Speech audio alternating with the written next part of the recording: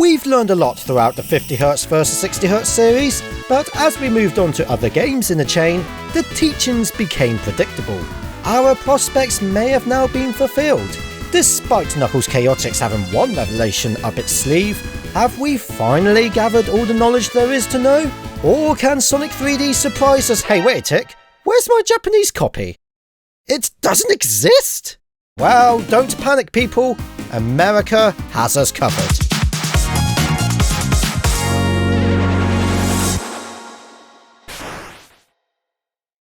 As always, I recommend you to watch my previous episodes in the series so you can get a grip on what I'm about to get into. Also, just to clear your mind, as I've never delved into this before, the difference in speed between USA NTSC and Japanese NTSC is 0. Imagine if the cartridge lock didn't stop me from inserting a Genesis cart into my Japanese system. On second thought, the 32X can help me bypass this restriction. You can see that the gameplay's just as anticipated at its correct speed. But back to the subject at hand. I played Sonic 3D from start to finish on my Genesis console that represents 60Hz, and then again on my PAL Mega Drive which characterises 50Hz. Right, time for the comparisons.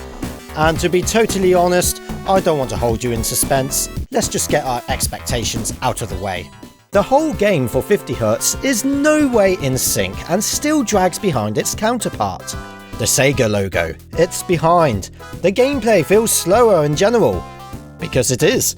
And the FMV is actually faster?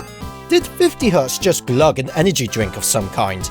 I checked this twice with 2 separate captures and can confirm that the PAL variant is slightly ahead. Is frame skipping taking place? I don't have the methodical know-how to explain what's happening here. As we are aware, PAL games have the extra vertical space that it can utilise if it chooses to. Unfortunately for Sonic 3D, it ignores this fact and keeps the widescreen effect in trend. When entering the special stages, both deviations change their horizontal resolution from 320 pixels to 256. However, as we're talking about the analog realm here, the picture gets stretches back to 4:3. Regrettably, this doesn't give the 50Hz hardware any boost in performance. It's still sluggish and squished when up against NTSC. And when it comes to the music, well, remember when I said for Sonic 3 the PAL side wasn't fully augmented? The same applies here.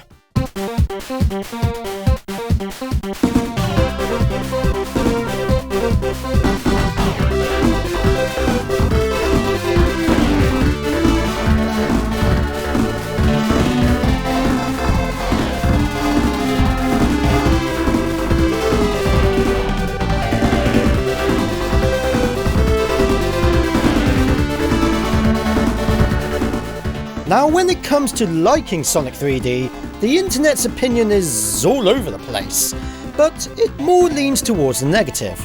But I used to love this game back when I was a kid. Why the hate? And I think I may have found the answer.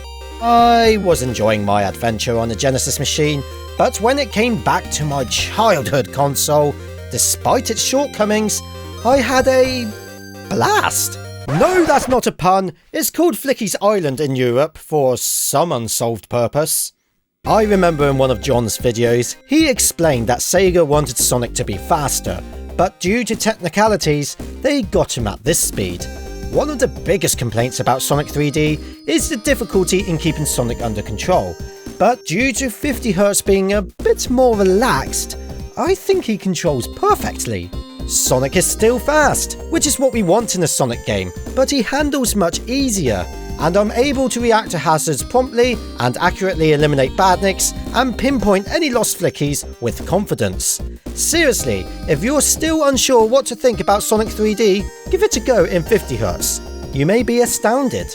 Oh, and before you ask, because I know someone will bring it up, no, Sonic 3D DX by John Burton does not improve the height or speed for 50Hz, and is identical to the original. And that is that. Without repeating myself from the previous episodes, we've now come to the end of this installment. Thanks for the 50,000 subscribers. Alright, okay, let's upgrade.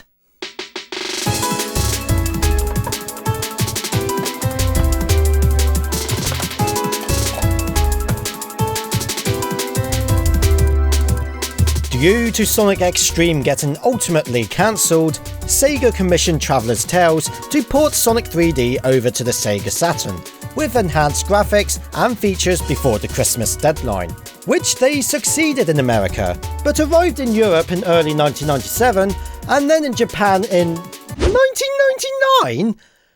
Why? So they can remove Panic Puppets Act 1 music and put Act 2's in there twice? Yes, seriously, that's what my copy does. Firing up the NTSC hardware first, because I was still waiting for the PAL console to arrive in the post. I recorded all the footage from beginning to end, including the FMVs, demos, and a few music tracks from the sound test. And then my European system had arrived, and while establishing the perfect picture via the OSSC, eventually...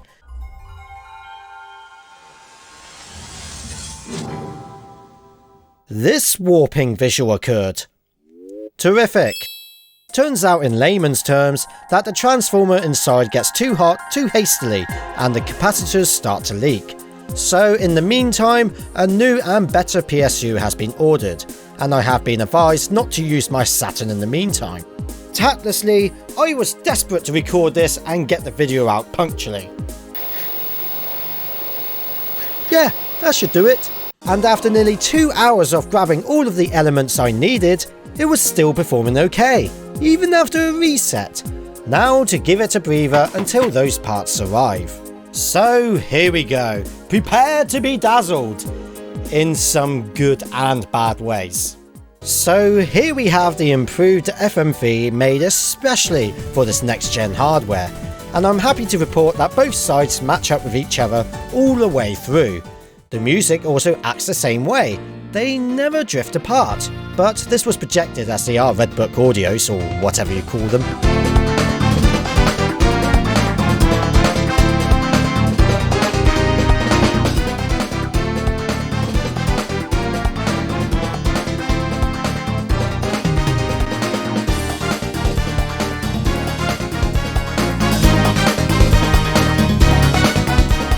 Alright, to the meat and veg. Has 50Hz made use of the extra resolution? I'm sorry to say, but no. Yes, I have got my aspect ratios correct, as you can see here with the BIOS menus, but Sonic 3D just doesn't care. It doesn't matter, as long as the extra power from the Saturn is speeding up the PAL side. Right? Nope, it's still slacking in the optimization department.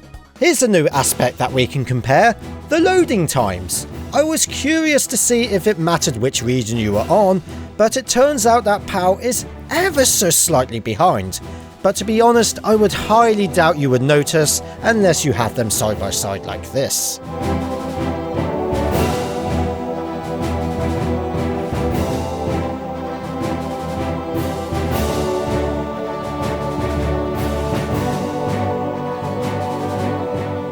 I'm not going to lie, I'm quite disappointed. I was hoping 50Hz would at least be in sync with its challenger. But after thoroughly thinking about it, this game is just a Mega Drive port with fancy trimmings slapped on top. There's nothing too special about— oh right, the special stages! Right, at first glance, it appears that the special stages have taken advantage of the higher resolution. And if I pause the game on the same frame for both versions, we get our confirmation. But upsettingly, no new graphics have been added. And yet again, it falls out of synchronization. Not because 50Hz is tailgating, oh no. For some bizarre explanation, its pace is further ahead against NTSC. That explains why I found the half-pipes tougher, I just couldn't quite put my finger on it in the moment to play. I'm getting even less time to react. So, what can we take away from all of this?